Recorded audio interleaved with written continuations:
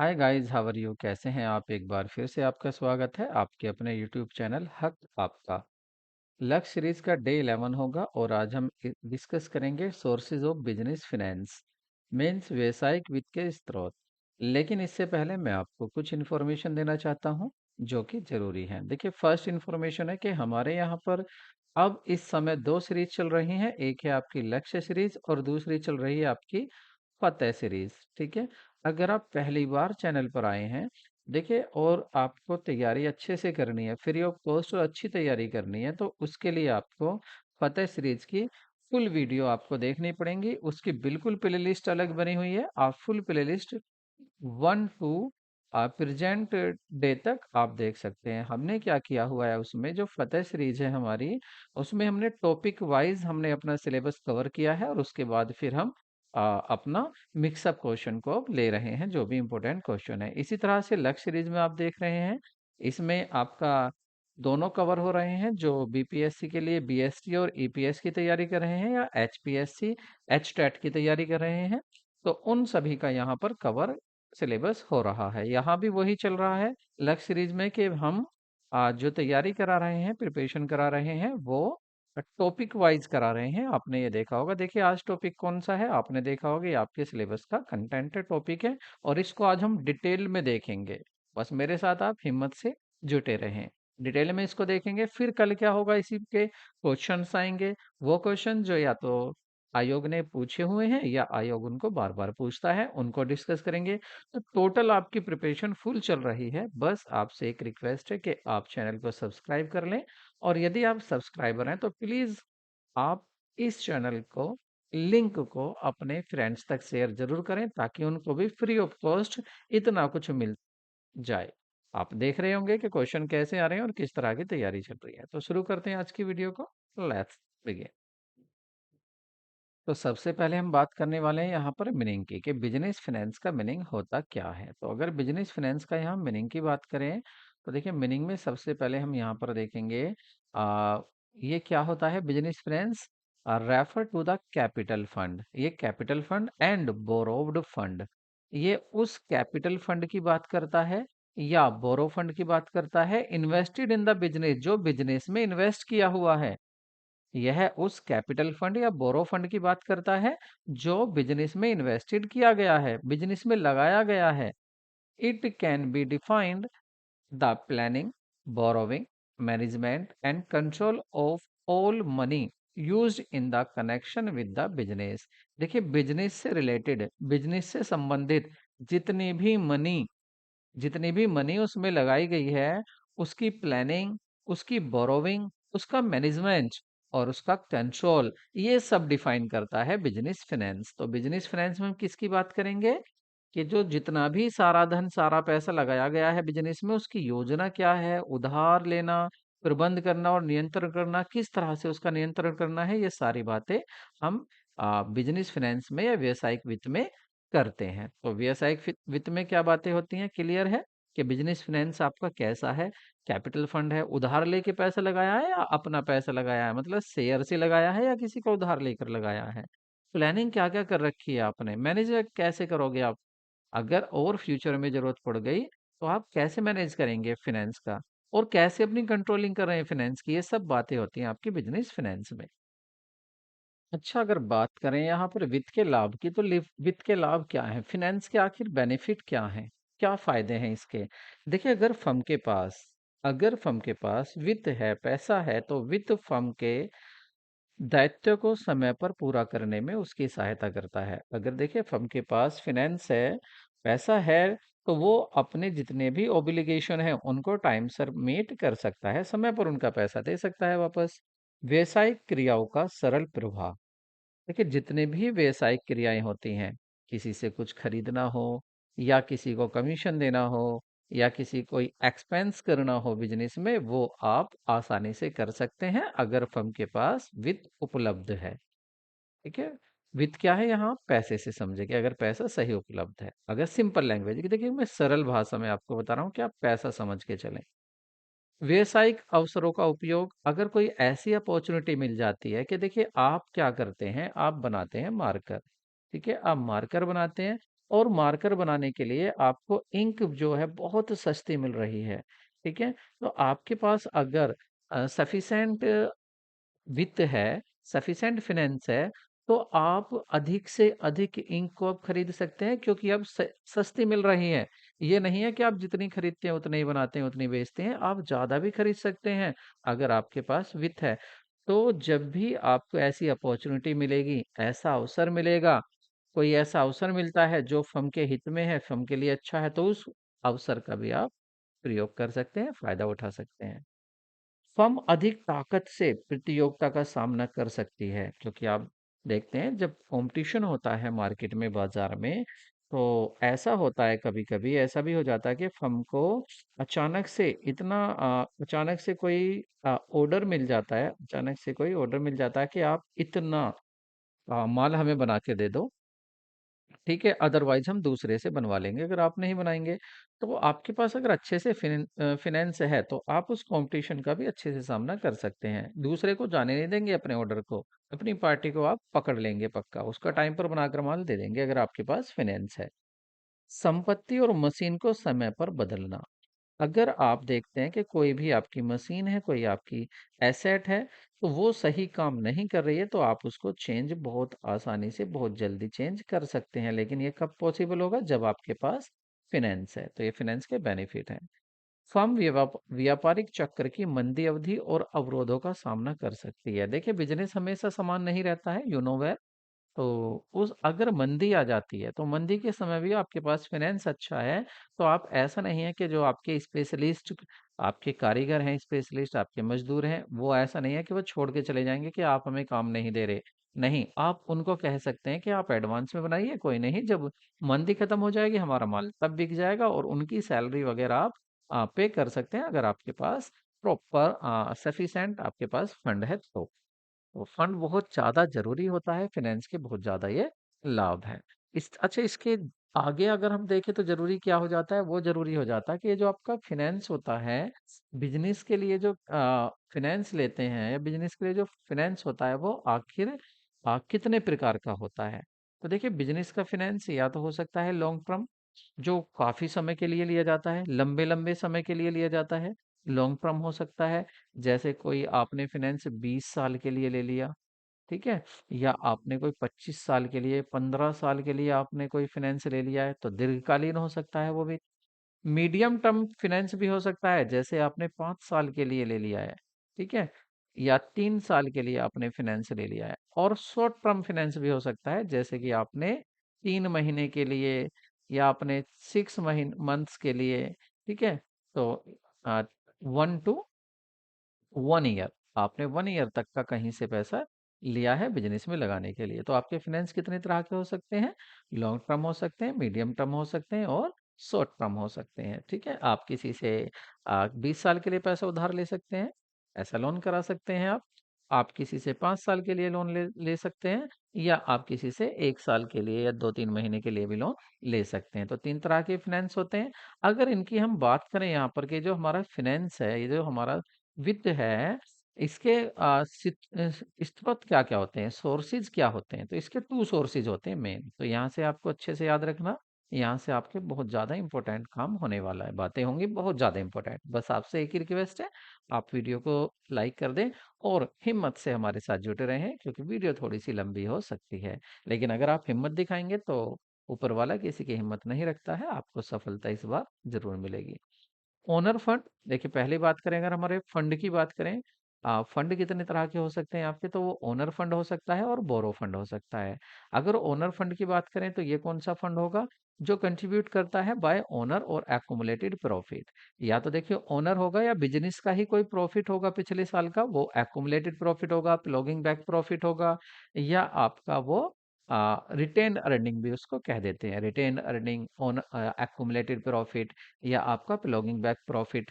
ठीक है, इसको ये सब नाम दे दिए जाते हैं। तो या तो बिजनेस का खुद का पैसा होगा, या ओनर का पैसा होगा। ठीक है, तो ये होगा आपका ओनर फंड। ठीक है, अगर देखें दूसरा हमारा फीचर क्या हो सकते हैं इसके, जो आपका स्वामित्व कोष है, उसके क्या क्या फीचर हो सकते हैं, ये इंपॉर्टेंट है। ठीक है, ये आपको अच्छे से याद करने हैं। ठीक है, तो देखिए क्या होते हैं, पहली बात, मीन्स ऑफ परमानेंट कैपिटल। देखिए ये जो होता है, अगर ओनर पैसा लगा रहा है, अगर ओनर पैसा लगा रहा है या रिटेन अर्निंग है, मतलब जो प्रॉफिट है बिजनेस का, रिटेन अर्निंग बोलते हैं उसको, क्या बोलते हैं उसको, रिटेन अर्निंग। पीछे का प्रॉफिट था वो बिजनेस में, आपने बिजनेस को बढ़ाने में लगा दिया, तो वो भी तो फिनेंस है। तो मीन्स ऑफ परमानेंट कैपिटल कि यहाँ पर ये स्थायी पूंजी का साधन होता है, मतलब इसका ये डर नहीं रहता कि हमें 1 साल में या 2 महीने में, 3 महीने में वापस भी करना है, ऐसे कोई यहाँ पर डर नहीं होता है। प्रोविजन ऑफ रिस्क कैपिटल, जोखिम जो होता है, देखिए ये रिस्क का, यहाँ पर अगर रिस्क की बात करें, इसका बस ये मैं अगर इसकी दोबारा बात करूं, risk, provision of risk capital, तो ये वेरी इंपॉर्टेंट हो जाता है। ये आपको याद रखना है कि जो सबसे ज्यादा रिस्की है वो क्या है, वो होता है आपका ओनर फंड। और हम इसकी बात करेंगे from the view point of owner, owner की साइड से हम इसको देखेंगे। तो ओनर की साइड से ये इसलिए बहुत ज्यादा रिस्की हो जाता है, क्योंकि अगर बिजनेस को प्रॉफिट हो रहा है तो ओनर को भी प्रॉफिट मिलेगा, और चांसेस रहते हैं कि ओनर अपना पैसा वापस भी ले सकता है। लेकिन अगर बिजनेस को लॉस हो रहा है, तो देखिए जो आपने उधार लिया है उसको तो आप इंटरेस्ट देंगे जरूर उस पर, आपको प्रॉफिट हो या लॉस हो उसका पैसा भी वापस करेंगे, लेकिन जो ओनर ने पैसा लगाया हुआ है उसको आप वापस नहीं करेंगे। इसलिए ये बहुत ज्यादा रिस्की होता है, ठीक है। या अगर कंपेयर करें आपके बोरो फंड से, उधार लिए पैसे से, तो वो रिस्की नहीं होता, ये रिस्की होता है किसके लिए, ओनर के लिए। तो ये आपको याद रखना है रिस्की कौन सा होता है। नो सिक्योरिटी रिक्वायर्ड, देखिए कोई भी प्रतिभूति आवश्यक नहीं। देखिए जब ओनर अपना पैसा लगाता है, ओनर अपना फंड देता है, बिजनेस में पैसा लगाता है, तो वो कोई सिक्योरिटी नहीं लेता, ठीक है। तो यहाँ पर कोई सिक्योरिटी नहीं होती है, ये भी विशेषता है इसकी। मीन्स ऑफ प्रोप्रिएटरी फंड, स्वामित्व कोष का साधन। देखिए अगर इसकी बात करें हम, तो ये आपका स्वामित्व कोष अंश पूंजी भी हो सकती है और संचित लाभ भी हो सकता है। अब आप कहेंगे संचित लाभ क्या है। संचित लाभ मैंने जैसा अभी बताया, बिलोंगिंग बैक प्रॉफिट या रिटेन अर्निंग, ठीक है। तो ये वो भी हो सकता है, स्वामित्व वाला कोष भी हो सकता है ये, ठीक है। ये खुद मालिक का पैसा होता है, इसको हम क्या कहलाते हैं, मालिकाना हक होता है ये, ठीक है। मालिक मालिक इस पर, मालिक का ये हक होता है कि हाँ भाई इतने पैसे का उसका हक है और इतना पैसा उसने बिजनेस में लगाया हुआ है, ठीक है। तो ये हुई इसकी विशेषताएं। आपने देखा यहाँ पर क्या क्या विशेषताएं थी इसकी, ये जरूरी है आपको लर्न भी करना। अब कर लेते हैं बात बोरोड फंड की, मतलब जो उधार का पैसा है, ठीक है। उस बोरो फंड की भी बात कर लें तो बोरो फंड ऑफ द फर्म, इसका अभिप्राय फर्म के उधार से है, मतलब जो आपने उधार लेकर पैसा लगाया हुआ है, ठीक है। आपने उधार लेकर पैसा लगाया हुआ है बिजनेस में, तो उस बिजनेस के लिए वो क्या है, बोरो फंड होता है। अब अगर इसकी कैरेक्टरिस्टिक्स की बात करें इस फंड की, तो इसकी कैरेक्टरिस्टिक्स क्या होने वाली है, देखिए फिक्स टाइम, निश्चित समय। तो सबसे बात जो यहाँ जरूरी आती है, तो यहाँ सबसे जरूरी बात ये आती है कि ये जो आपका बोरो फंड होता है, यह निश्चित समय के लिए लिया जाता है, ठीक है। जैसे ये आपका लॉन्ग टर्म हो सकता है, लॉन्ग टर्म हो सकता है, मीडियम टर्म हो सकता है, ये मीडियम टर्म हो सकता है, और ये आपका शॉर्ट टर्म भी हो सकता है, जो आपने शॉर्ट टाइम के लिए उधार लिया है, ठीक है। तो ये तीनों तरह का हो सकता है, इसका फिक्स टाइम होता है वापस करने का, कि आप इसको वापस करेंगे कब। और अभी जो हम बात कर रहे थे, अभी हम किसकी बात कर रहे थे, इसकी बात कर रहे थे हम प्रोप्राइटरी फंड की, मालिक के पैसे का। क्या इसका टाइम होता है कि भाई ये हमें इस साल वापस करना है, अरे नहीं किया गया कोई बात नहीं, अगले साल कर देना, मालिक का पैसा है। लेकिन यहाँ ऐसा नहीं है बोरो फंड में, बोरो फंड में क्या है, इसका टाइम होता है वापस करने का, वो टाइम पर वापस करना होता है। अगर बात करें सिक्योरिटी की, प्रतिभूति की बात करें, तो देखिए इसमें सामान्यतः जो फर्म होती हैं वो संपत्ति की प्रतिभूति के विरुद्ध उधार कोष प्राप्त कर सकती हैं, ठीक है। बैंक से जब ये उधार लेती हैं तो बैंक ऋण तो देता है, बैंक लोन तो देता है, लेकिन सिक्योरिटी पर देता है, कुछ सिक्योरिटी रखता है, प्रतिभूति रखता है, ठीक है। तो ये ऐसा फंड होता है जिस पर सिक्योरिटी भी दी जाती है। रेगुलर पेमेंट ऑफ इंटरेस्ट, देखिए बात अगर करें हम उधार के पैसे की, किसके पैसे की, उधार के पैसे की, तो यहाँ पर आपको ब्याज देना ही देना होता है, ब्याज देना ही देना होता है। आप इसको यूं नहीं कह सकते कि फर्म में क्या है, लॉस हुआ है तो ब्याज नहीं दे रहे, नहीं। रेगुलर पेमेंट करना पड़ेगा आपको इंटरेस्ट का, रेगुलर रिटर्न करना पड़ता है आपको। ऐसा जबकि इसमें नहीं था, ऐसा ओनर फंड में नहीं था। अगर आपको लॉस हो रहा है तो चलो मत दो उसको डिविडेंड, या उसको पैसा मत दो ओनर को। कंट्रोल, अगर कंट्रोल की बात करें तो देखिए यहाँ से क्वेश्चन निकल कर आता है। क्वेश्चन ये है यहाँ पर कि क्या जैसे आपका डिबेंचर की बात होगी, क्या डिबेंचर कंट्रोल करता है बिजनेस को? तो debenture holder, sorry, debenture holder क्या कंट्रोल करता है? नहीं, क्योंकि वो क्या है, उधार का पैसा है। भाई उससे तो बिजनेस सीधा कहता है देख भाई हमारे आपको इंटरफेयर करने की जरूरत नहीं है, आपका हम वोट नहीं लेंगे, हम आपको डिसीजन मेकिंग में शामिल नहीं करेंगे, आपको इससे मतलब नहीं है कि हम बिजनेस कैसे चला रहे हैं, आपको अपने इंटरेस्ट से मतलब है। जैसे ही आपका टाइम होगा हम आपको आपका इंटरेस्ट वापस दे देंगे, ठीक है। तो ये कंट्रोल नहीं करते हैं, इनको कंट्रोल का अधिकार नहीं होता है। लेकिन एक एक बात जरूरी है यहाँ पर कंट्रोल की, देखिए ये बहुत जरूरी होता है कि ये फर्म पर मुकदमा कर सकते हैं, केस फाइल कर सकते हैं। क्या कर सकते हैं? केस फाइल कर सकते हैं। ठीक है, ये जरूरी है इनके यहाँ पर, ये केस फाइल कर सकते हैं। अगर इनको पैसा नहीं मिल रहा, इनका आप समय पर इंटरेस्ट नहीं दे रहे, पैसा वापस नहीं दे रहे हैं, तो ये फर्म पर केस कर सकते हैं। तो इनको ये देखो अच्छा अधिकार है, ये इसको यूज कर सकते हैं। सोर्सेज ऑफ बोरो फंड, ये उधार का पैसा होता है भाई, ये कोई मालिक का पैसा नहीं है। ये किसका पैसा होता है? उधार का पैसा होता है। और उधार के पैसे का क्या क्या हो सकता है ये उधार के पैसे में? जैसे आपका डिबेंचर हो सकते हैं, डिबेंचर क्या, ऋण पत्र हो सकते हैं, या कॉमर्शियल बैंक का लोन हो सकता है, कॉमर्शियल बैंक का लोन भी हो सकता है। या ऐसा हो सकता है कोई फर्म से, उनसे किसी से फर्म से उधार ले रखा हो, किसी फर्म से उधार ले सकते हैं। या पब्लिक डिपॉजिट भी इसमें आ जाती हैं, ठीक है, पब्लिक डिपॉजिट से भी आप पैसा इसमें ले सकते हैं। वो अलग बात है, इसको हम डिटेल में जब देखेंगे कि किस किस से ले सकते हैं, पब्लिक डिपॉजिट कौन ले सकता है, इस पर क्वेश्चन भी काफी आते हैं। ठीक है। या ट्रेड, वो भी होता है, ट्रेड क्रेडिट भी होता है, ट्रेड क्रेडिट भी लेते हैं। तो ये सब क्या है, ये उधार का पैसा होता है, ठीक है, इनको वापस करना ही होता है।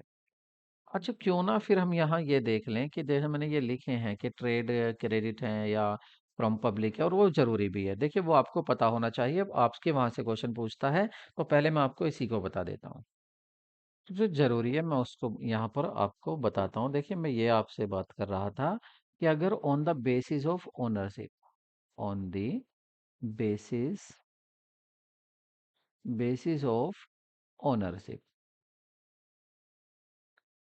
ओनरशिप के आधार पर अगर यहाँ पर हम ये, क्योंकि ये याद करना पड़ेगा, देखिए मैं अभी बता रहा हूँ आपको, ये आपको लर्न करना पड़ेगा। ओनरशिप के आधार पर देखें तो आपके दो तरह का हो सकता है। एक तो हो सकता है आपका owner fund, owner owner's fund हो सकता है, ठीक है। और दूसरा कौन सा हो सकता है? दूसरा हो सकता है आपका बोरोव्ड फंड, ठीक है। दूसरा क्या होगा आपका? बोरोव्ड फंड हो सकता है,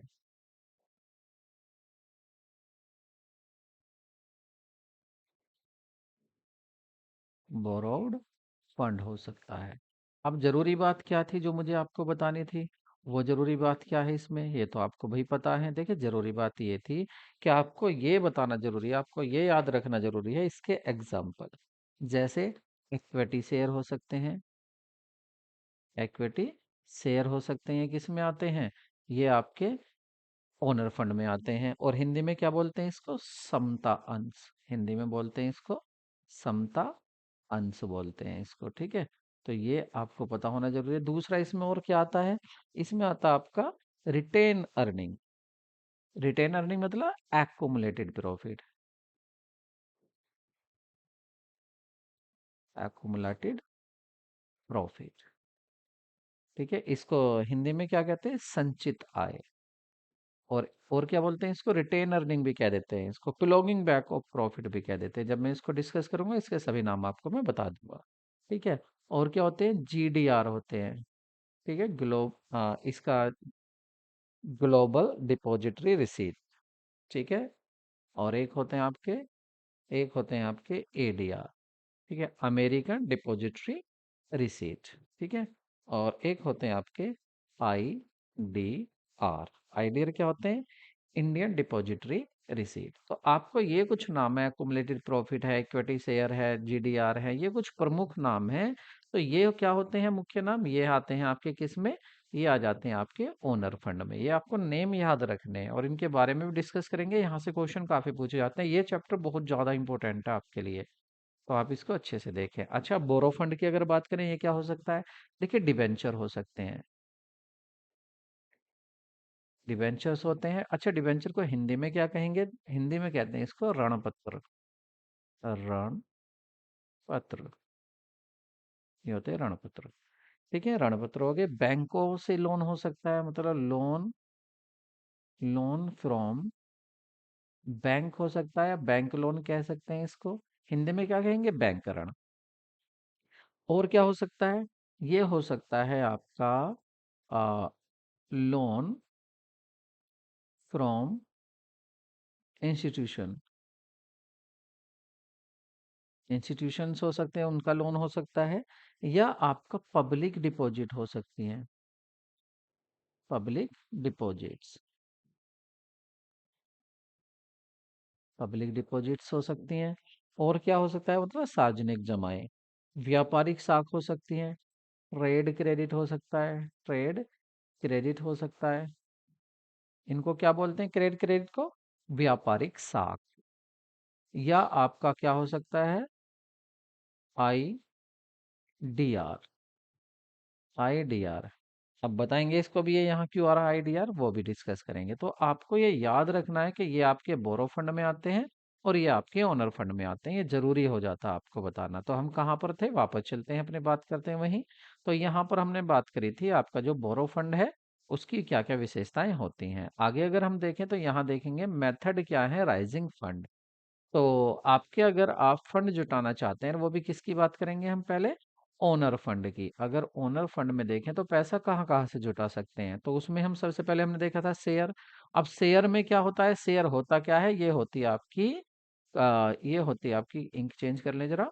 विच owner capital of the is divided. देखिए, जो ओनर की कैपिटल होती है, जो ओनर्स कैपिटल होती है कंपनी की, वो डिवाइडेड होती है छोटी छोटी स्मॉल यूनिट में। तो ये क्या है? स्मॉलेस्ट यूनिट होती है। ये क्या होती है? स्मॉलेस्ट यूनिट होती है किसकी? कैपिटल की स्मॉलेस्ट यूनिट।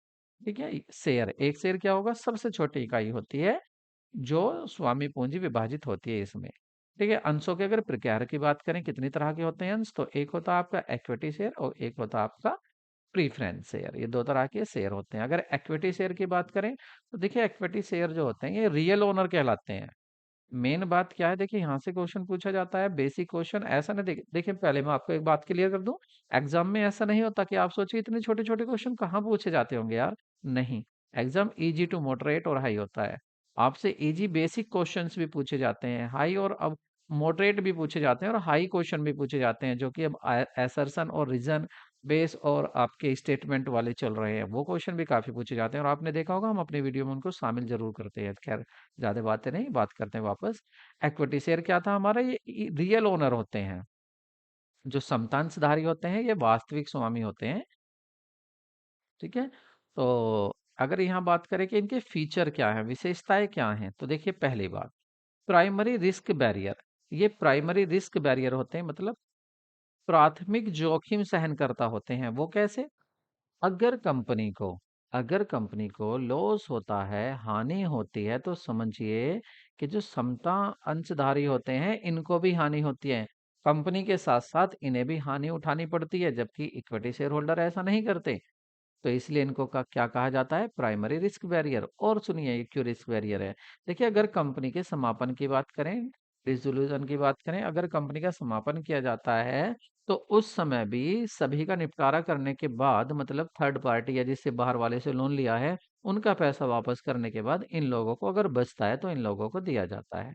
सभी का पहले, इनसे पहले डिबेंचर भी दे दिए जाते हैं, प्रीफरेंस शेयर होल्डर को भी पैसा दे दिया जाता है, और अगर बचता है तब इनको मिलता है, इसलिए इनको बोला जाता है प्राइमरी रिस्क बैरियर होते हैं ये। Claim on the remaining income, शेष आय पर दावा।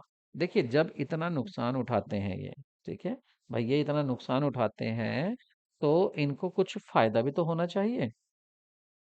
अब फायदा क्या होता है इनको, तो देखिए, देखिए, डिबेंचर होल्डर को इंटरेस्ट देने के बाद अब जो प्रॉफिट होता है, उस प्रॉफिट में से प्रीफरेंस शेयर होल्डर का क्या दिया जाता है?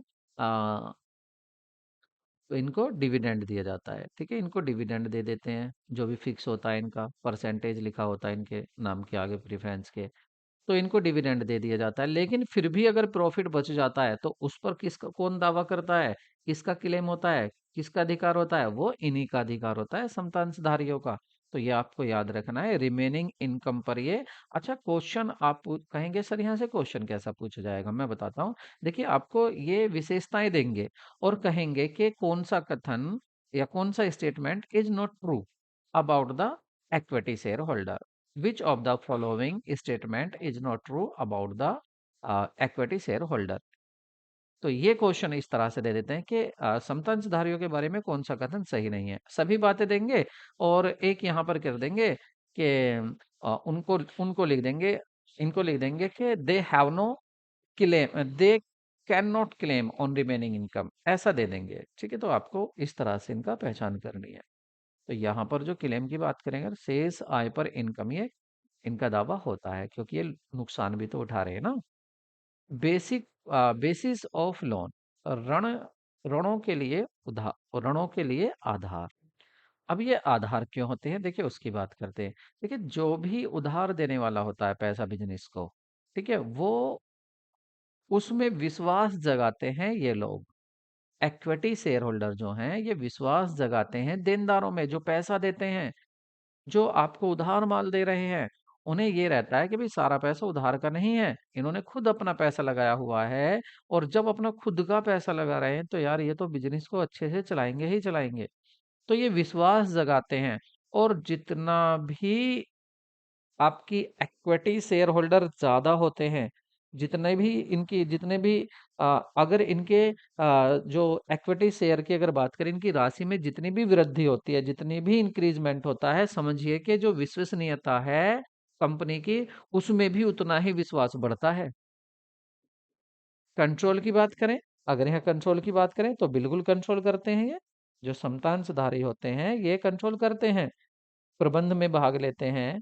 ठीक है, प्रबंध में भी ये भाग लेते हैं और कंट्रोल करते हैं। और सबसे बड़ी बात, जो संचालन मंडल है उसके चुनने के लिए भी मतदान करते हैं। ये संचालन मंडल मतलब बोर्ड ऑफ डायरेक्टर। जो बोर्ड ऑफ डायरेक्टर होता है ना, तो बोर्ड ऑफ डायरेक्टर के को चुनने में भी ये हिस्सा लेते हैं। जबकि ऐसा और किसी को अधिकार नहीं मिला है कि आप बोर्ड ऑफ डायरेक्टर के भी चुनाव में हिस्सा लेंगे, नहीं, ये चुनते हैं उसको। कौन? आपके equity share holder. Higher higher profit, उच्चतर लाभ। अब देखिए, उच्चतर लाभ कैसे है उनकी, ये सुनिए। देखिए, अगर डिबेंचर होल्डर की बात करें तो इनके लिए फिक्स है कि आपको इतना ही प्रॉफिट मिलेगा। ठीक है, डिबेंचर होल्डर हो या आपके प्रीफरेंस शेयर होल्डर हो, इनके लिए सबके साथ जो इनके लिए लाभ है, इनके जो मिलना है इनको, वो फिक्स है। वो क्या है? फिक्स।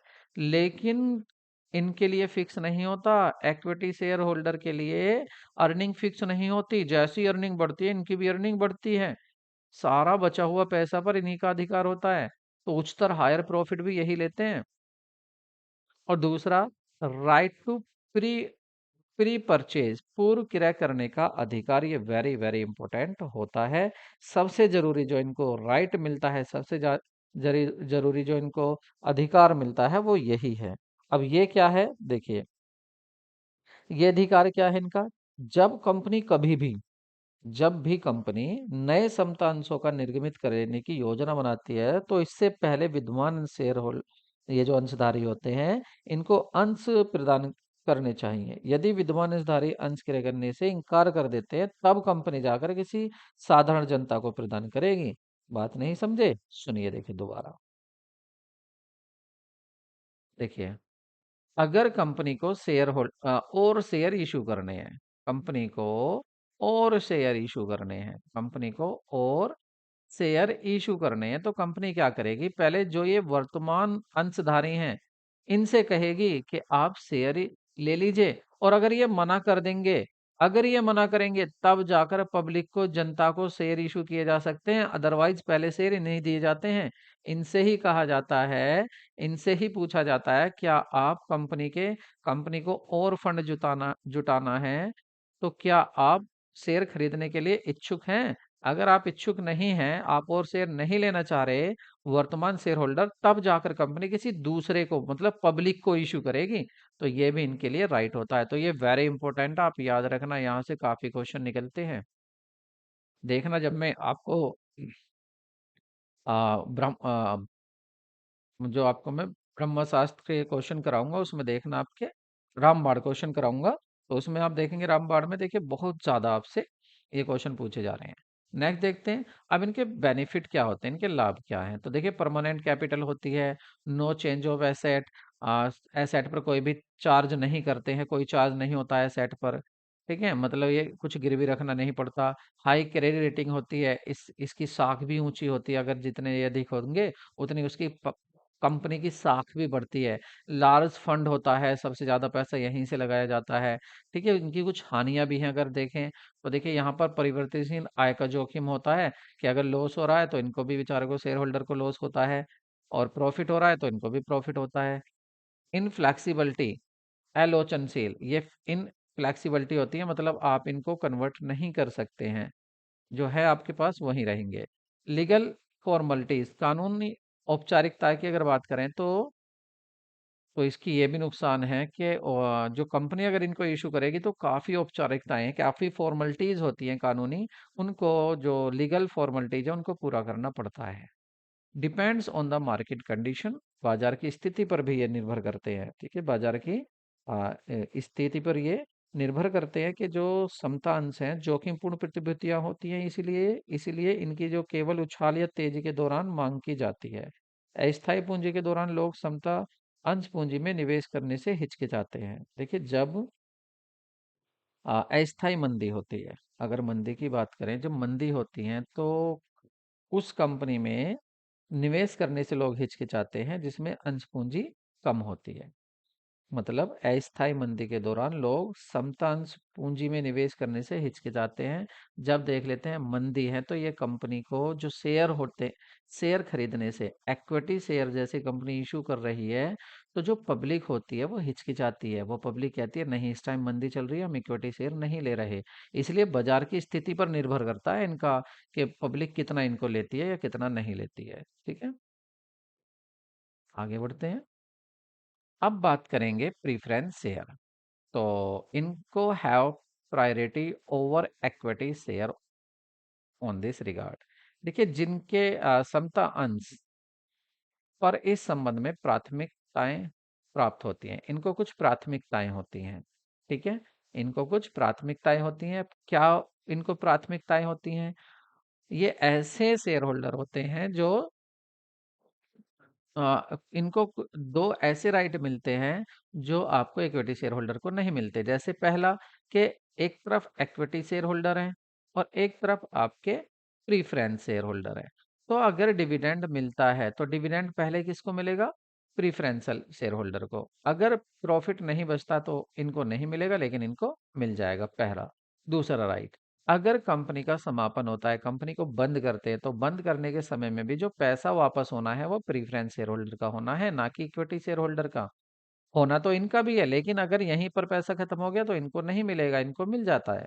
तो ये दो राइट्स होते हैं इनके पास। दूसरा, फिक्स रेट ऑफ डिविडेंड। इनकी जो लाभांश की जो दर होती है वो फिक्स होती है, पहले से ही पता होता है कि 10% अगर प्रीफरेंस शेयर इशू किए गए हैं तो इनको 10% डिविडेंड देना है। नो सिक्योरिटी प्रतिभूति, देखिए इनको सिक्योरिटी कुछ गिरवी नहीं रखी जाती है। वोटिंग राइट्स इनको नहीं मिलता है। इनकी एक विशेषता ये भी है, ये इंपॉर्टेंट है, कि इनको वोटिंग राइट नहीं मिलता है, ये वोट नहीं दे सकते कंपनी की जो भी मीटिंग होती है उसमें। मिक्स सिक्योरिटी, मिश्रित प्रतिभूति। देखिए मिक्स सिक्योरिटीज को क्यों कहा गया है, ठीक है, और ये वेरी इंपॉर्टेंट है, मैं आपको बता दूं, यहाँ से क्वेश्चन पूछा जा चुका है, आयोग ने यहाँ से क्वेश्चन पूछा है। ठीक है, अब ये मिक्स सिक्योरिटी क्यों होती है उसकी बात सुनिए। देखिए इसमें दोनों तरह की विशेषताएं होती हैं। ठीक है, आ, इनके पास इनके पास शेयर और शेयर और डिबेंचर, डिबेंचर दोनों की तरह अधिकार होते हैं।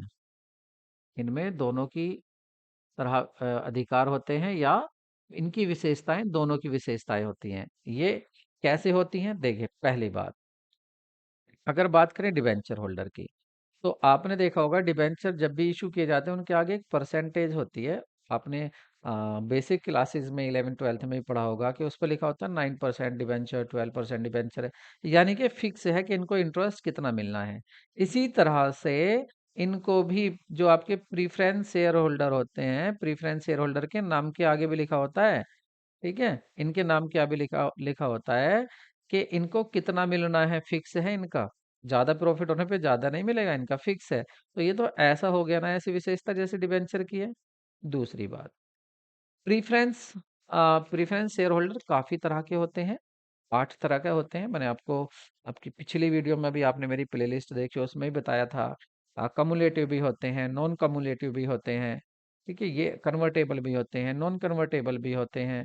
तो ये इस तरह के मैंने आपको बताए थे। तो कमुलेटिव और नॉन कमुलेटिव क्या है कि जो नॉन कमुलेटिव होते हैं, अगर उनको इस साल डिविडेंड नहीं मिला, तो अगली साल जब प्रॉफिट होगा फर्म को, तो फर्म अगली साल का, नॉन कमुलेटिव को केवल अगली साल का ही डिविडेंड मिलेगा, पिछली साल का नहीं। लेकिन जो कमुलेटिव हैं, संचित हैं, उनको दोनों का संचित होगा, पिछले साल का भी मिलेगा, इस साल का भी मिलेगा।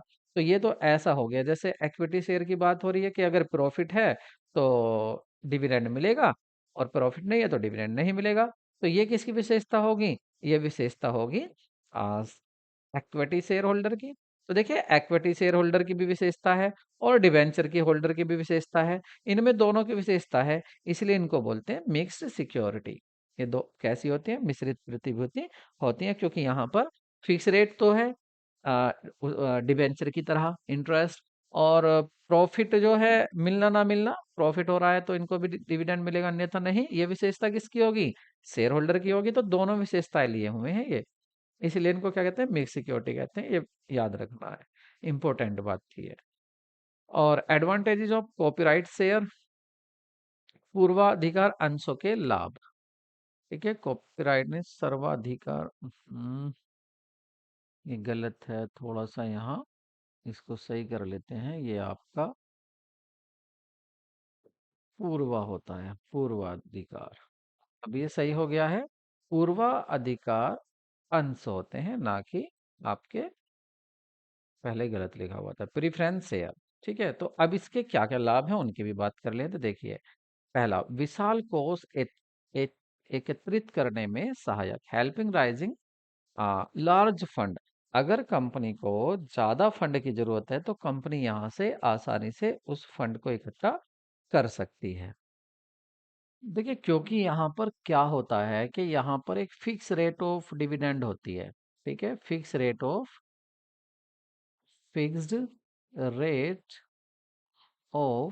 Dividend, fix rate of dividend होती है। तो इसी वजह से जो जनता को सबसे ज्यादा आकर्षित करते हैं, वो यही शेयर करते हैं, आपके प्रेफरेंस शेयर। तो प्रेफरेंस शेयर में पब्लिक जो ज्यादा खरीदना चाहती है वो प्रेफरेंस शेयर खरीदना चाहती है, क्योंकि इसमें फिक्स रेट ऑफ डिविडेंड होता है, उन्हें रिस्क कम होता है, इसलिए यहाँ से ज्यादा बड़ा फंड राइज हो जाता है कंपनी के लिए। तो इसके ये लाभ है। दूसरा, नो फिक्स लाइबिलिटी। ठीक है, इनकी कोई निश्चित दायित्व भी नहीं होता है, फिक्स लाइबिलिटी भी नहीं होती है। ठीक है, मतलब अगर कंपनी लाभ कमा रही हो और हानि की अवधि के दौरान लाभांश चुकाने के लिए कोई निश्चित दायित्व नहीं हो, जैसे कि ऋण उधार स्थिति में होता है। मतलब जैसे मैंने अभी बात करी थी नॉन कम्युलेटिव प्रेफरेंस शेयर की, तो वहां पर क्या है, अगर प्रॉफिट नहीं हुआ तो उनको ये टेंशन नहीं होती कंपनी को कि डिविडेंड भी देना है। तो यहाँ पर फिक्स लाइबिलिटी नहीं होती है। और दूसरा, नो इंटरफेरेंस, ये कोई हस्तक्षेप भी नहीं करते हैं, इंटरफेयर भी नहीं करते हैं। भाई, जैसे भी कंपनी को आप चला रहे हैं, ठीक है, इनको वोटिंग राइट्स नहीं मिलता ना, तो ये भी इनका फायदा होता है कि ये कोई हस्तक्षेप नहीं करेंगे, इनसे पैसा ले लिया तो हम कंपनी अपने अनुसार चलाएंगे। नो चार्ज ऑन एसेट, देखिए इनको कोई एसेट पर भी चार्ज नहीं होता, इनको कोई एसेट गिरवी नहीं रखी जाती है। डाइवर्सिटी, ये थोड़ा सा गलत हो गया, मैं इसको सही कर देता हूँ। देखिए, अगर वैरायटी की विविधता की बात करें, सही क्या है? ये विविधता। ठीक है, तो कंपनी जैसा भी इन्वेस्टर होता है, निवेशक होता है, उसकी सुविधा के अनुसार विभिन्न प्रकार के इक्विटी शेयर को इश्यू कर सकती है। ठीक है, विविध प्रकार के क्या होते हैं, प्रीफरेंस शेयर। प्रीफरेंस शेयर जो होते हैं वो विविध प्रकार के होते हैं। तो जैसा भी निवेशक चाह रहा है, जैसी भी सुविधा उसको लग रही है, उसी तरह के कंपनी इशू कर सकती है। तो इसमें विविधता भी होती है। ट्रेडिंग ऑन पार्ट, समता पर व्यापार। ठीक है, इनकी वजह से क्या होता है, समता पर में व्यापार। अब आप ये मत सोचना कि ये इनके लिए बेनिफिट है। यहाँ पर जो बात होती है वो इक्विटी शेयर की है। देखिए, इक्विटी शेयर इनकी मौजूदगी से, अगर ये मौजूद है, अच्छी खासी संख्या में मौजूद है ये, तो इनकी वजह से ट्रेडिंग जो करते हैं, समता पर जो व्यापार करते हैं, वो आपके इक्विटी शेयर होल्डर करते हैं। इक्विटी शेयर होल्डर जो होते हैं वो ट्रेडिंग ऑन क्वार्टरली नहीं, ये इक्विटी होता है। इक्विटी, इसको सही कर देता हूँ। तो इक्विटी पर, ट्रेडिंग ऑन इक्विटी मतलब इक्विटी पर तब व्यापार होता है अगर अच्छी खासी संख्या में आपके पास प्रीफरेंस शेयर है। तो इक्विटी शेयर होल्डर क्या करते हैं, उनको अधिकार रहता है वोटिंग करना, कंट्रोल करना बिजनेस को। तो वो चाहते हैं कि ठीक है, पैसा तो यहाँ से आ रहा, लेकिन कंट्रोल तो हमारे हाथ में ही है। तो सारा कंट्रोल वो अपने हाथ में ही रखते हैं, इनको कुछ नहीं देते। ये कब कब होता है, जब आपके प्रेफरेंस शेयर साथ होते हैं। अगर इनकी अब हानिया की बात करें तो देखिए, ये परिवर्तनशील नाम होता है, इनका चेंजेबल नहीं होता है। देखिए, ये अपना नाम, परिवर्तनशील नाम, ये अपना नेम भी कभी चेंज कर सकते हैं। ठीक है, इनको कुछ ऐसे भी होते हैं जिसको कन्वर्टेबल भी कहा जाता है, वो अपने शेयर को कन्वर्टेबल भी कर सकते हैं, कन्वर्ट भी कर सकते हैं। Dividend not traded as a expense, लाभांश एक व्यय की तरह नहीं होता है। ये तो सभी को खैर पता है कि ये व्यय की तरह नहीं होता है लाभांश। इनको कोई वोटिंग राइट भी नहीं होता है, और फिक्स लाइबिलिटी भी इनकी कोई नहीं होती है। ठीक है, ये इनकी कुछ खामियां थी, खामियां कोई खास नहीं, मैं यहाँ पे कोई खास करके यहाँ पे लगता है, मैं वो आपको बता रहा था। अगर डिफरेंस की बात करें यहाँ पर, तो देखिए, समता अंश और पूर्वाधिकार अंश का जो अंकित मूल्य, लाभांश मताधिकार, आकर्षण, जोखिम, पूंजी की वापसी, शोधन के आधार पर किया किया जा सकता है। तो इसके आधार पर इसका डिफरेंस किया जा सकता है। ठीक है, डिफरेंस। तो अनडिस्ट्रीब्यूटेड अर्निंग, तो इनकी तो बात खैर कोई खास नहीं, इसको छोड़ देते हैं, यहाँ पर बात करते हैं। डिफरेंस तो आपने दोनों देख लिए, दोनों के विशेष का डिफरेंस हो गया। Undistributed earning, undistributed earning refer to the profit not distributed after the payment of dividend and taxes. देखिए, अगर आपने टैक्स दे दिया, आपने पेमेंट कर दिया है डिविडेंड और टैक्स, और उसके बाद जो प्रॉफिट बच जाता है उसको अगर हम डिवाइड ना करें, तो वो जो प्रॉफिट होता है उसको बोलते हैं डिस्ट्रीब्यूटेड प्रॉफिट। या इसके अगर और नाम की बात करें, तो देखिए, इसके नेम देख लेते हैं। तो पहला नेम है इसका रिटेनर।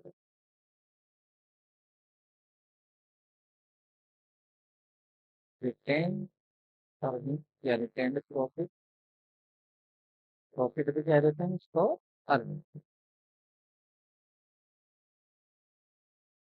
रिटेन अर्निंग इसका नाम है। और क्या नाम है इसका, और भी नाम है, लेकिन नाम है इसका, और क्या नाम है, प्रॉफिट देखिए, इसको क्लोजिंग बैक ऑफ प्रॉफिट भी कहते हैं। क्लोजिंग बैक,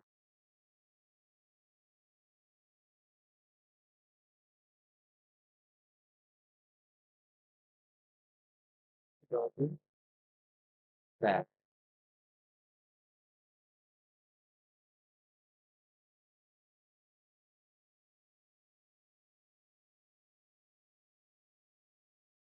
और भी नाम ही कहते हैं बिल्कुल। इसको रिटेन अर्निंग भी कहते हैं, प्रॉफिट, या आपका इसका दूसरा एक नाम, और भी नाम है। तो क्या होता है यहाँ पर, इसको बोल देते हैं self, self financing. Self financing भी इसको कह देते हैं। और इसको और क्या बोल देते हैं, और भी नहीं होगा, बिल्कुल होगा। और क्या नहीं हो सकता है इसको, और कह सकते हैं इसका internal financing. Internal financing, internal financing. और भी नाम हो सकता है, हाँ, इसके और नाम से भी जाना जाता है। कौन कौन से नाम के नाम से तो वो होता है आपका रिप्रेजेंट।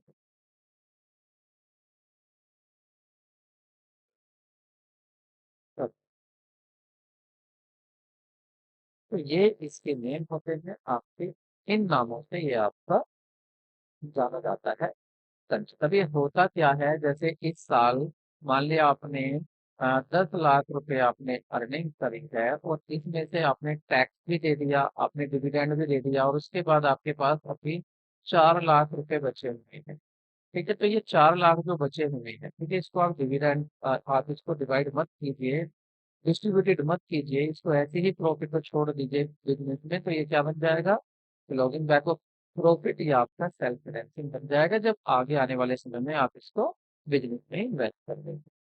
ठीक है, तो ये था, मैंने आपको बताया अनडिस्ट्रीब्यूटेड अर्निंग क्या होता है। ठीक है, इसकी हम बात कर रहे थे, तो ये तो जाने हमें इसके नाम, होता क्या है ये जब आप डिविडेंड और टैक्स दे देते हैं उसके बाद जो आपका प्रॉफिट बच जाता है, तो ये नेम आपको याद रखना है। आगे बात करें अगर इसकी फीचर क्या होता है इसके, तो इसके फीचर काफी पूछे जाते हैं, वो फीचर क्यों है देखिए। विशेषताएं क्या है इसकी, फैसिलिटी टू सिक्योरिटाइजेशन, प्रतिभूति की सुविधा। देखिए इसमें क्या होता है कि यहाँ पर कोई प्रतिभूति, कोई भी सिक्योरिटी किसी को नहीं देना है, नहीं गिरवी रखनी है, आपको आसानी से, आपका खुद का पैसा है, आपके बिजनेस, आप बिजनेस का खुद का पैसा है, बिजनेस जब चाहे इसमें से निकाल कर अपना आगे काम बढ़ा सकता है। Fund new and promote project, नई और परिवर्तित परियोजनाओं के लिए कोर्स, अगर कोई नया प्रोजेक्ट आप शुरू करने जा रहे हैं, अगर आप कोई नया प्रोजेक्ट शुरू करने जा रहे हैं तो इससे अच्छा कोई भी साधन नहीं माना जाता है। अगर आपके पास रिटेन अर्निंग है तो आप उसको यूज कर सकते हैं। Medium and long term financing, देखिए ये जो है आपका, आपको कम समय के लिए पैसा चाहिए, मीडियम टर्म के लिए आपको पैसा चाहिए, तो इससे अच्छा कोई है ही नहीं साधन। या लॉन्ग टर्म हो, किसी भी के लिए आप इसमें से लगा सकते हैं, ये नहीं है कि हमें अभी वापस करना है किसी को। चेंज इन ओनरशिप फंड, स्वामित्व कोष में परिवर्तन, ये इसकी बड़ी विशेषता है। इसकी बड़ी विशेषता क्यों है कि देखें, जो आपका ये अविकृत लाभ होता है इसको आप बोनस शेयर में भी बदल सकते हैं। ठीक है, आप इसको किसमें बदल सकते हैं, आप इसको बोनस शेयर में भी कन्वर्ट कर सकते हैं। ठीक है, बोनस शेयर में भी ये कन्वर्टेड हो जाते हैं, ये आपको याद, बोनस शेयर जो होते हैं वहां भी इसको कन्वर्ट कर सकते हैं, परिवर्तन कर सकते हैं, ये इसकी विशेषताएं हैं। मेरिट्स क्या होंगी इसकी, अधिक निर्भर रह सकता है बिजनेस, अधिक निर्भर रहने वाला साधन है, डिपेंडेबल है, इसकी कोई कॉस्ट नहीं होती, इसको लेने में ना ही कोई इंटरेस्ट देना है और ना ही कोई डिविडेंड देना है, खुद का पैसा है, बिजनेस में लगा लीजिए। फिक्स लाइबिलिटी नहीं कोई कि वापस करना ही करना, हो जाए वापस कर देना, बिजनेस में रख देना, अदरवाइज कोई गल नहीं। कोई इंटरफेरेंस नहीं होगा, कोई इंटरफेयर नहीं करेगा, ये खुद का पैसा है, वो बाहर वाला को इंटरफेयर नहीं करेगा कि आपको मैंने पैसा दिया है मेरे अनुसार काम कीजिए, नहीं, कोई इंटरफेयर नहीं करेगा। कोई सिक्योरिटी की जरूरत नहीं होती। और अगर यहाँ गुडविल की भी बात करें तो देखिए ये माना जाता है कि जितनी रिटेन अर्निंग जिसके पास होती है उसकी गुडविल इंक्रीज होती है, ये माना जाता है कि वो बिजनेस अच्छे होते हैं जहां पर ये आपकी आपकी रिटेन अर्निंग होती है। ठीक है। तो अब बात करते हैं वेरी वेरी इंपॉर्टेंट टॉपिक की, वो है हमारा GDR, ग्लोबल डिपॉजिटरी रिसीप्ट, या रिसीप्ट कह दीजिए, वैसे सही प्रोनाउंसिएशन रिसीप्ट। तो यहाँ पर क्या है, these are the equity share, ये इक्विटी शेयर की तरह होते हैं, issued in the international market, जो इंटरनेशनल मार्केट में इशू किए जाने हैं, और वो भी किसके द्वारा, इंटरनेशनल बैंक के थ्रू, उन्हीं को आप डिपॉजिटरी कहते हैं। कैपिटल इनसे ली जाती है through issues of GDR in the foreign currency, जो फॉरेन करेंसी आप इसको डॉलर कह लीजिए, कि जो डॉलर में आपको पैसा लेना है, अगर आपको डॉलर चाहिए तो आप GDR इशू करेंगे, और वो भी किसको करेंगे, जो अगर आप माना आप किसी अन्य देश में इशू कर रहे हैं तो उस देश का जो डिपॉजिटरी बैंक होगा उस बैंक को हमारे यहाँ की कंपनी इशू करेगी, उस बैंक को, वो बैंक आगे फिर होल्डर को देगा, जो भी हकदारी होंगे उनको वो बैंक देगा। Holder of the GDR do not have voting right, तो देखिए ये भी इसका नुकसान है कि जब देखिए हमारे इंडिया की कंपनी थी, इंडियन कंपनी थी, उसने इशू कर दिए, उसने इशू कर दिए हैं ये डिपॉजिटरी, लेकिन किसको कहें करें हैं, किसी डिपॉजिटरी बैंक को। अब वो डिपॉजिटरी बैंक किसको दे रहा है, जो होल्डर होंगे उनको, तो इन होल्डर को वोटिंग राइट नहीं मिलता कंपनी में, कंपनी में वोटिंग राइट इनको नहीं मिल पाता है, ये ध्यान रखना है। और ये क्योंकि इसमें होते हैं, ये फॉरेन करेंसी में डॉलर में होते हैं, इसलिए इनका एक हिंदी में नाम आ जाता है। उसको भी आपको याद रखना है, डॉलर मूल्यांक, डॉलर डॉलर मूल्यांक सात है। कभी कभी इस नाम को भी दे देते हैं। ठीक है, ये भी आपको याद रखना है। और अगर बात करें जीडीआर की, जीडीआर तो सबसे पहले जो ये किसने सिटी जो सिटी बैंक ने किसने जो सिटी बैंक था, सिटी बैंक ने इशू किए थे। और कब किए थे? 1990 में, ये भी बात आपको याद रखनी है। ठीक है, इसमें क्या होता है, देखो अगर इनकी विशेषताओं की बात कर लें। ठीक है, अगर इनकी विशेषताओं की बात करी जाए तो यहाँ पर देखो, ये जो होते हैं विदेशी पूंजी के लिए किए जाते हैं, मतलब विदेशी पूंजी मिलेगी आपको, विदेश की जो मुद्रा होगी उसमें पैसा मिलेगा। दूसरा, इसमें जो वोट देने का अधिकार नहीं होता उनको। और दूसरी बात यहाँ पर एक क्या बतानी चाहिए, दूसरी बताने की थी, जो रिलायंस थी, रिलायंस जो इंडियन कंपनी थी, रिलायंस रिलायंस कंपनी ने 1992 में, 1992 में 150 मिलियन, 150 मिलियन जो थे, इसने डॉलर के, कितने डॉलर के जो जीडीआर थे वो इशू किए थे। तो ये, ठीक है, ये इशू किए थे कितने? भारतीय कंपनी ने, रिलायंस। ठीक है, 1992 इसने ही इसकी शुरुआत की थी। पहली यही थी भारतीय कंपनी। ठीक है, तो वो भारत की कोई भी कंपनी डॉलर के बदले में ये इशू कर सकती है, ठीक है। अब बात अगर आगे बढ़े थोड़ा सा, अगर यहाँ पर बात करें इंडियन डिपोजिटरी रिसीट, अब तो जीडीआर की बात थी, ये क्या है?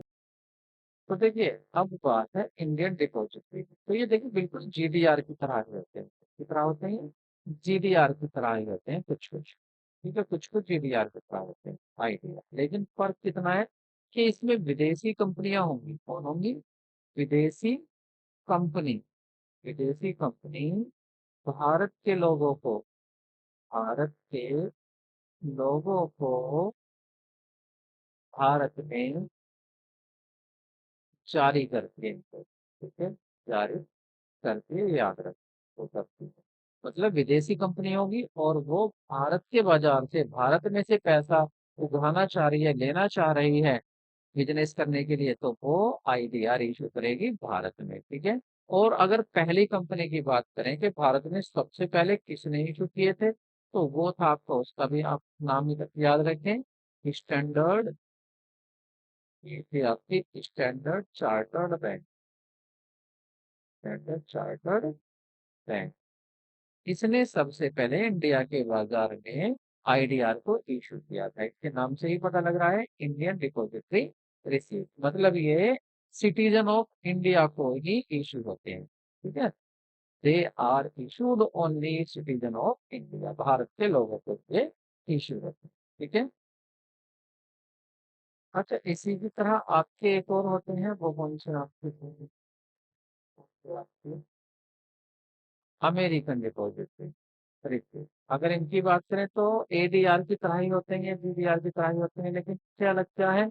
ये इशू किए जा सकते हैं citizen of the United state of America, America के लोगों को ही इशू किए जा सकते हैं एडीआर। ठीक है, और ये डॉलर में डायमेंशन होते हैं, करेंसी में। और American bank acting as depository can issue ADR, जो भी अमेरिकन बैंक होगा, जो डिपॉजिटरी होगा, वो इशू कर सकता है एडीआर। लेकिन लेकिन इसके ज्यादा कठोर नियम होते हैं। ठीक है, इसके ज्यादा एडीआर के कठोर नियम होते हैं, उनकी आप अगर उनसे तुलना करें जीडीआर आईडीआर की, तो उनसे ज्यादा कठिन नियम जो होते हैं वो किसके होते हैं? रूल एंड रेगुलेशन, वो एडीआर के होते हैं। ये भी आपको याद रखनी है। तो आपको क्या याद रखना है? आपको याद रखना है जीडीआर किसी भी देश में इशू किए जा सकते हैं, अगर वहाँ के लिस्टेड है वहां पर कंपनी, कोई कोई भी देश की कंपनी किसी भी देश में इशू कर सकती है जीडीआर। एडीआर केवल अमेरिका के लोगों को इशू किए जा सकते हैं, और आईडीआर इंडिया के लोगों को इशू किए जा सकते हैं। ये बातें आपको याद रखनी है यहाँ। तो ये हमारे यहाँ पर पूरे क्या हो गए, जो मैंने आपको शुरू में ही एक चार्ट में दिखाया था यहाँ पर, इसमें आपने देखा था इक्विटी शेयर की हमने बात कर ली, एक्यूमुलेटेड प्रॉफिट की बात कर ली, जीडीआर की भी बात हो चुकी है, एडीआर की भी बात हो चुकी है और आईडीआर की भी बात हो चुकी है। अब चलते हैं अपने बोरो फंड की तरफ, ठीक है। तो बोरो फंड की तरफ चलते हैं, तो सबसे पहले जो यहाँ हम देखने वाले हैं इस बोरो फंड में, वो हम बात करेंगे सबसे पहले, इसकी बातें करेंगे सबसे पहले हम वो करेंगे हम यहाँ आपके व्यापारिक साख की बात करेंगे। व्यापारिक साख क्या होती है, व्यापारिक साख क्या होती है पहले इसकी बात करेंगे। ट्रेड क्रेडिट की, व्यापारिक साख की, ये क्या होती है। व्यापारिक साख की उपलब्धता निम्न पर निर्भर करती है। फर्म की प्रकृति कैसी है, नेचर क्या है, फर्म का साइज क्या है और location of the firm, firm की लोकेशन क्या है। पहले ये जरूरी है कि होता क्या है। देखिए एक तो है, एक तरफ तो है निर्माता, निर्माता मतलब प्रोड्यूसर, एक एक तरफ तो है प्रोड्यूसर और एक तरफ होता है सप्लायर, जो माल को आपको खरीद कर सप्लाई करता है, ठीक है। तो कभी कभी क्या होता है, जो ये प्रोड्यूसर होता है, प्रोड्यूसर से प्रोड्यूसर को जो माल बनाने वाला निर्माता होता है, इनसे कभी कभी एडवांस में ये पैसा दे देते हैं। जो थोक व्यापारी होते हैं, वो थोक व्यापारी भी इसमें शामिल होंगे। वो थोक व्यापारी क्या करते हैं, निर्माता को, प्रोड्यूसर को कुछ एडवांस दे देते हैं। और ये एडवांस मोस्टली जो दिया जाता है 3 से 6 मंथ तक के लिए दिया जाता है, ठीक है। क्यों दे देते हैं, भाई आपको रॉ मटेरियल चाहिए या और छोटा मोटा आपका कोई खर्चा हो माल बनाने के लिए, आप उसको पहले एडवांस में ले सकते हैं।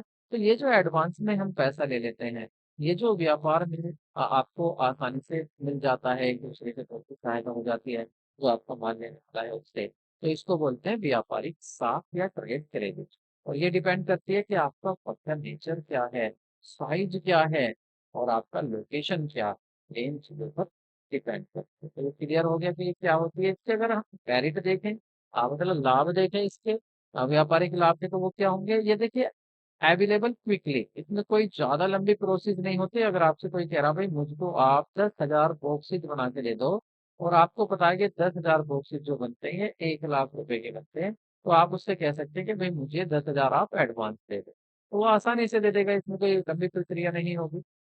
आपको बस एक रसीद काट के उसको देनी है। फ्लेक्सिबल लोचशील इकाई होती है, ये लोचशील इकाई होती है, मतलब ज्यादा, अगर आपको ज्यादा माल बनाना है तो आप ज्यादा ले सकते हैं, कम बनाना है तो कम ले सकते हैं। वेरिएबल कॉस्ट परिवर्तनशील लागत नहीं, देखिए वेरिएबल कॉस्ट जो होती है वो होती है आपको इसको लेने में, फ्लोटिंग कॉस्ट। मतलब अगर आप इसको प्राप्त कर रहे हैं तो आपको खर्चा ज्यादा होता है क्या, कुछ खर्चा नहीं होता है इसके लिए। तो इसलिए इसमें जो लागत होती है, कौन सी लागत, आ, इसको बोलेंगे हम फ्लोटिंग चार्ज, या इसको बोलेंगे वहन लागत। तो वहन लागत, इसको वहन करने की लागत बहुत कम होती है। व्यापारिक साख की कुछ हानियां भी हैं, जैसे इससे क्या होता है, इससे कीमतों में वृद्धि हो जाती है, राइजिंग द प्राइसेस, ऐसा भी हो जाता है। ऐसा क्यों होता है, इसकी बात सुनिए। देखिए जो आपको एडवांस दे रहा है, अगर आपको कोई एडवांस दे रहा है, तो वो क्या करेगा, वो आपको, अगर कोई, मान लेते हैं आपको रॉ मटेरियल कोई उधार दे रहा, ठीक है, आपको रॉ मटेरियल किसी ने उधार दिया, तो उसको पता है ये मुझसे उधार लेगा, तो वो थोड़ा सा आपको पहले ही महंगा करके देगा, ठीक है। तो प्राइस भी राइज हो जाते हैं। लीगल एक्शन, कानूनी कार्रवाई की अगर बात करें, तो जो पैसा देने वाला, जो उधार देने वाला, जो उधार देने वाला है, वो उधार लेने वाले पर केस भी कर सकता है, अगर वो अपने वादे को पूरा नहीं करता है, जो भी उसने उससे वादा किया था कि हाँ भाई मैं इतना आपको माल दूंगा इस टाइम तक या फिर दूंगा, तो वो उस पर कार्रवाई भी कर सकता है, उस पर एक्शन ले सकता है, ठीक है। उसके बाद आती है आपकी पब्लिक डिपॉजिट, ठीक है। पब्लिक डिपॉजिट क्या है आपकी, देखिए इसमें क्या होता है, कोई भी कंपनी सार्वजनिक जमाओं से, अभिप्राय जनता से आमंत्रित असुरक्षित जमाओं से, ठीक है, कंपनी क्या करती है, न्यूज़पेपर में पास कर देती है कि आप यहाँ पर सार्वजनिक जमाएं, पब्लिक डिपॉजिट इशू कर रहे हैं, एक्सेप्ट करें। तो कोई भी जो पब्लिक होगी, वो कोई भी पर्सन होगा, वो एक फॉर्म भरकर पब्लिक कंपनी में पैसा अपना निवेश कर सकता है, ठीक है। और ये कैसी होती है, इसमें कुछ इनकी बातें भी हैं, तो आपकी अगर बात करें तो देखिए सिंपल प्रोसीजर, सीधा आपने इसमें न्यूज़पेपर में दिया और आपको दवाई मिल गई। इकोनॉमिक क्या होती है, ज़्यादा कोई खर्चा नहीं होता है, कोई सिक्योरिटी नहीं देनी होती इसके बदले में। और टैक्स में कमी की बात अगर यहाँ करें हम, अगर बात करें हम रिडक्शन इन टैक्स की, देखिए जो भी इन पर ब्याज देती है कंपनी, सार्वजनिक जमाओं पर जो भी इंटरेस्ट देती है, उस इंटरेस्ट को कंपनी की आय में से, इनकम में से माइनस कर दिया जाता है, उसको हटा दिया जाता है, तब उस पर टैक्स लगता है। और एक विशेषता ये जो फ्लेक्सिबल होती है, अगर आपको जरूरत है तो आप इश्यू कर सकते हैं पब्लिक डिपॉजिट और जनता से पैसा ले सकते हैं। अगर अगर आपको जरूरत नहीं है तो नहीं ले सकते, कम की जरूरत है तो आप कम ले सकते हैं। नो लॉस ऑफ कंट्रोल, और अगर आप पब्लिक से उधार ले रहे हैं तो फिर पब्लिक का कंट्रोल कंपनी को नहीं होता है, कंट्रोल आपका ही रहता है। अच्छा, इसकी जो कुछ मेरिट थी सार्वजनिक जमाओं की, उसमें आपकी सबसे पहले तो इम्पोर्टेंट लिविंग के लिमिटेड, अगर आपके लिए इम्पोर्टेंट है, आपके लिए आपको याद रखना है, जिसको इम्पोर्टेंट है उसको। देखिए सीमित राशि क्यों कहा गया? देखिए एक तो होता है आपका शेयर कैपिटल, तो फिर आपकी शेयर कैपिटल, और दूसरी होती है आपकी फ्री रिजर्व। एक क्या होता है? Free reserve.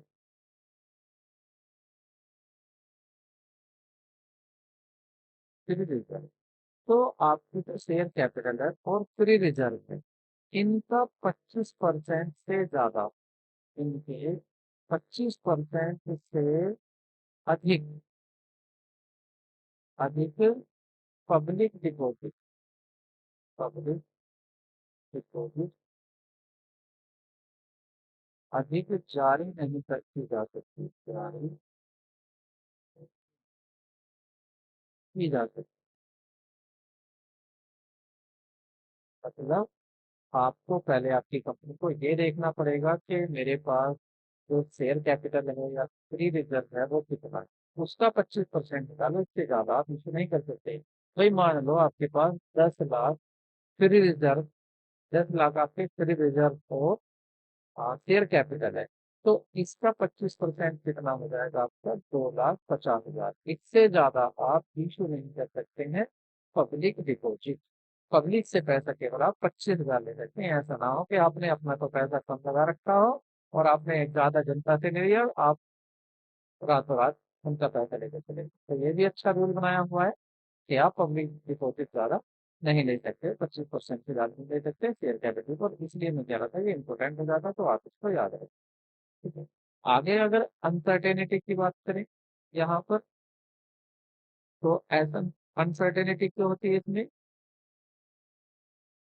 ठीक है, कंपनी के लिए इसमें अनसर्टेनिटी होती है, अनिश्चितता होती है। मतलब क्या करते हैं, तो पब्लिक अपना पैसा भी वापस निकाल सकते हैं जब कंपनी का समय हो। Suitable for short term finance, आपको अगर अल्प अवधि के लिए पैसा चाहिए तो उसके लिए बहुत अच्छी होती है, सुटेबल होती है। पूंजी बाजार की वृद्धि में अवरोध, और ये पूंजी बाजार की वृद्धि में अवरोध कर देते हैं, क्योंकि ये पब्लिक खुले यहाँ पे उधार दे देती है कब। नए उद्योगों के लिए ये उपयुक्त नहीं होती है, क्योंकि ये केवल ओल्ड के लिए उपयुक्त होती है। सुटेबल होती है, स्टेबल होने फॉर कंजर्वेटिव इन्वेस्टर, और ये रूढ़िवादी निवेशकों के लिए उपयुक्त होती है, जिसको ये रहता है कि हमें हमारा पैसा सिर्फ कंपनी में लगाना शुरू है या नहीं है, उनके लिए बहुत अच्छी होती है। अगर उनको डर लगता है तो वो सोचते हैं कि वापस भी निकाल दें। अब बात करते हैं आगे डिबेंचर। तो debentures are the most common security for the borrowing fund. Borrowing fund में सबसे ज्यादा जो कॉमन होती है वो debenture. They are the also called credit security. का दूसरा नाम क्या है? Credit security. क्योंकि इनके नाम के आगे पहली परसेंटेज ये तो पता चुका कि परसेंटेज लिखा होता है, जैसे 9% डिवेंचर, तो इनको इंटरेस्ट जो मिलेगा 9% ही मिलेगा। दूसरा, इनको वोटिंग राइट भी नहीं होता, वो तो बातें हमारी हो गई थी, दोबारा देख लेते हैं इनकी विशेषताएं क्या है वो देखते हैं। देखिए ये उधार का पैसा होता है, यहाँ पर इंटरेस्ट की फिक्स रेट होती है, ये कंपल्सरी होता है इन पर इंटरेस्ट देना, कंपनी को लॉस हो या प्रॉफिट हो। सिक्योरिटी, इनको प्रतिभूति सिक्योरिटी देने की जरूरत पड़ जाती है, कंपनी सिक्योरिटी रिडेम्बल होती हैं ये, इनका पैसा वापस कर दिया जाता है कंपनी के जीवन काल में। नो वोटिंग राइट, इनको कोई वोटिंग राइट नहीं मिलता है। और अपॉइंटमेंट ऑफ ट्रस्टी, और न्यासकर्ता की या ट्रस्टी की भी नियुक्ति ये कर सकते हैं।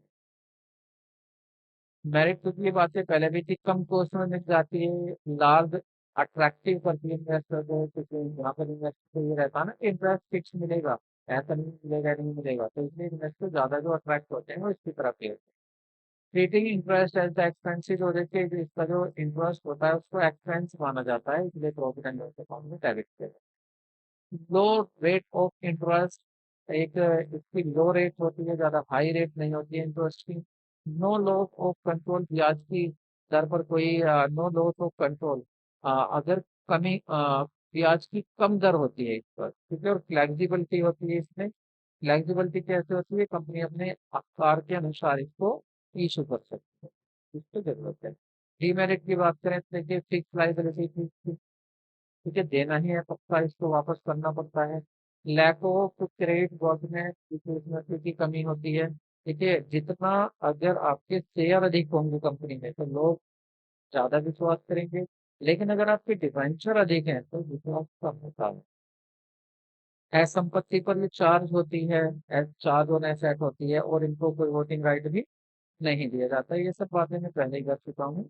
और उसके बाद आता है आपका कॉमर्शियल बैंक। जितने भी आपके कॉमर्शियल बैंक होते हैं, अगर वो लोन दे रहे हैं कंपनी को तो उसको क्या बोलते हैं, कॉमर्शियल। अब कॉमर्शियल बैंक कौन सा है, जहां पर आप अकाउंट ओपन कर सकते हैं, तो हो गया आपका रिजर्व बैंक, जो बैंकों का बैंक है, ठीक है। और हम कॉमर्शियल बैंक की बात करें जहाँ पर आपके लिए अकाउंट होते हैं, वो अगर आपको उधार देते हैं, आपकी कंपनी को उधार देते हैं, तो उसको बोलते हैं कॉमर्शियल बैंक। ये भी इसमें आ जाता है, loan from commercial bank. Borrow fund में ही आ जाता है, उधार के पैसे में। इसमें क्या होता, इजी रिसीट ऑफ फंड, ऐसा ऐसा होता नहीं है, ये कह ही रही है, उसमें बाकी ऐसा होता नहीं है, पूछा भी नहीं जाता है। इजी कहाँ होता है, ये कहने के लिए इजी है, जब देने को लगते हैं तो काफी लंबे प्रोसेस है। इंफॉर्मेशन इज कीप कॉन्फिडेंशियल, सूचनाएं जो आपकी होती हैं कंपनी को बैंक के ही पास होती है, बैंक उनको दूसरी चीजें नहीं करता है। कम औपचारिकताएं होती हैं, कहने के लिए केवल पेपर पर ही कम औपचारिकताएं होती हैं, और फ्लेक्सिबल होता है, आप कम लोन भी ले सकते हैं और ज्यादा भी ले सकते हैं, जैसे ही आपकी जरूरत। वाणिज्य बैंक के लोन की हानियां क्या होती हैं, तो ये शॉर्ट टर्म अधिक होता है। डिटेल सिक्योरिटी, मतलब इसको उसमें छानबीन ज्यादा करते हैं, बैंक जब लोन देता है तो वो छानबीन ज्यादा करता है। प्रतिबंध होते हैं काफी इसमें, आपके लोन किसके लिए मिलेगा किसके लिए नहीं मिलेगा, वे सब प्रतिबंध इसमें आपके होते हैं। इंस्टीट्यूशनल फंड हो जाता है, जैसे एक institution borrow finance from the financial rather than from the commercial bank.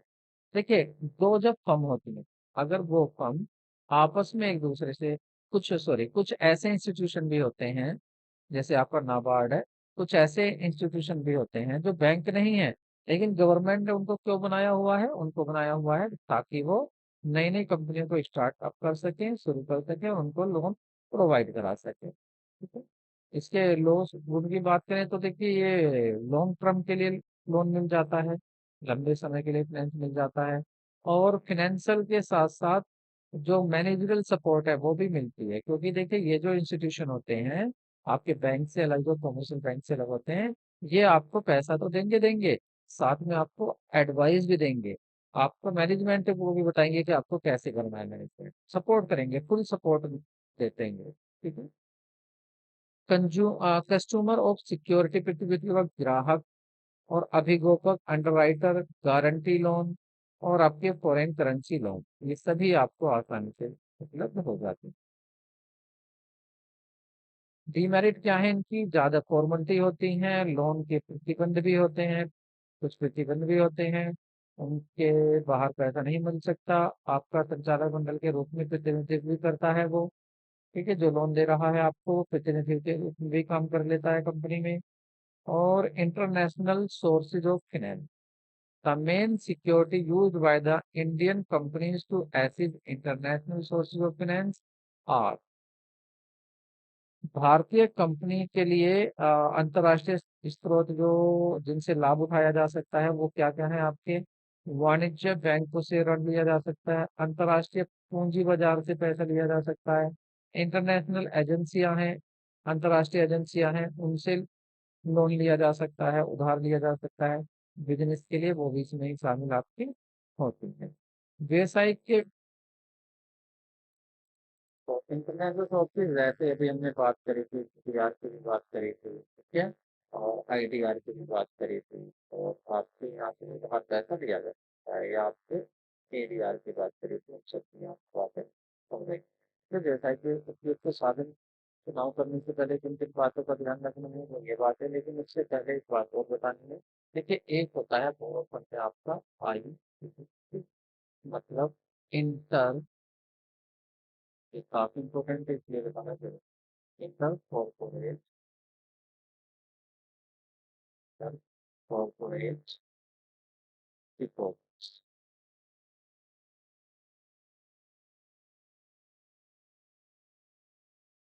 Deposit, ठीक है। ये क्या होता है देखिए, जब दो इंस्टीट्यूशन, जब दो फर्म, एक फर्म है, एक भी फर्म है, ये एक दूसरे को उधार देते हैं, तो इसको बोलते हैं इंटर कॉर्पोरेट कॉर्पोरेटिव फर्म। अब ये सबसे बढ़िया क्यों होते हैं देखिए, ऐसा हो सकता है, और हाँ इसमें यही नहीं है पैसा ही आएगा, ऐसा भी हो सकता है कि एक गई कहीं लोन लेने के लिए और वहां पर गारंटी भी नहीं दी है, तो यहाँ भी इसी में ही शामिल करते हैं ना, इंटर कॉर्पोरेटेड डिपॉजिट को शामिल कर दिया जाता है कि अगर इसकी गारंटी से एक को पैसा मिल गया है तो इसको भी इसमें शामिल। दूसरा, ये तीन तरह के होते हैं, अगर विचार देखते हैं तो टाइप्स देखें तो टाइप्स कितने होते हैं, टाइप्स होते हैं कितने। नंबर वन, जो कि आपका 3 मंथ के लिए होता है, 3 मंथ के लिए, ठीक है, 3 मंथ के लिए होता है। और 3 मंथ पर अगर होता है तो उसको इंटरेस्ट की जो रेट होती है 12% पर एनम, कि 12% पर एनम इंटरेस्ट देना होता है। और दूसरा क्या होता है आपका यहाँ पर, दूसरा कौन सा होगा, एक होती है आपकी 6 महीने की, ठीक है, 6 मंथ की। तो 6 मंथ के लिए निश्चित होता है, ऊपर जो इंटरेस्ट की रेट होती है वो होती है 15% पर एनम इंटरेस्ट की रेट, ठीक है। और एक होता है आपका मांग होगा, जिसको बोलते हैं कॉल। क्या क्या होता है, कॉल, कॉल डिपॉजिट या कॉल। तो इसमें क्या होता है, ये एक दिन के लिए, ठीक है, एक दिन के लिए, केवल जिस बिजनेस के लिए तो एक दिन के लिए आपको याद रखें। एक बैंक एक दिन के लिए, बैंक ज्यादा यूज करते हैं तो एक बैंक दूसरे बैंक से एक दिन के लिए पैसा उधार दे देता है, और इसमें जो ब्याज की दर होती है वो होती है 10% पर है, ठीक है। और जरूरी बात क्या है यहाँ पर, इसमें सबसे बड़ा इसका फायदा क्या है, उसका ये है कि देखिए इसमें ज्यादा कोई लीगल फॉर्मेलिटीज नहीं होती, कानूनी ज्यादा प्रक्रिया नहीं होती, आसानी से एक दूसरे से लोन ले सकते हो, उधार ले सकते हो। लेकिन ये हमने आज यहाँ पर बात करी है आपके सोर्सेज ऑफ बिजनेस में, सोर्सेज का कहाँ कहाँ से लिया जा सकता है, बोरो फंड हो सकता है, या आपका ओनर फंड हो सकता है, बोरो में कौन कौन से हो सकते हैं, या आपके ओनर फंड में कौन कौन से हो सकते हैं, उनके नुकसान क्या है, उनके फायदे क्या हैं, ये सब आज हमने डिस्कस किया। तो अगर वीडियो आपको पसंद आई है तो वीडियो को लाइक जरूर करें और दोस्तों को शेयर जरूर करें। देखिए, अगर आप इन कॉन्सेप्ट को नहीं देख पा रहे हैं तो कहीं ना कहीं देखिए ना, आप तैयारी में कमी रह जाएगी। इसलिए पहले कॉन्सेप्ट देखिए, उसके बाद हमारे कल के क्वेश्चन जो आपके कल नेक्स्ट डे में आएगी। तो जाने से पहले वीडियो को लाइक करें, कमेंट जरूर करें। मिलते हैं नेक्स्ट वीडियो में, टेक केयर।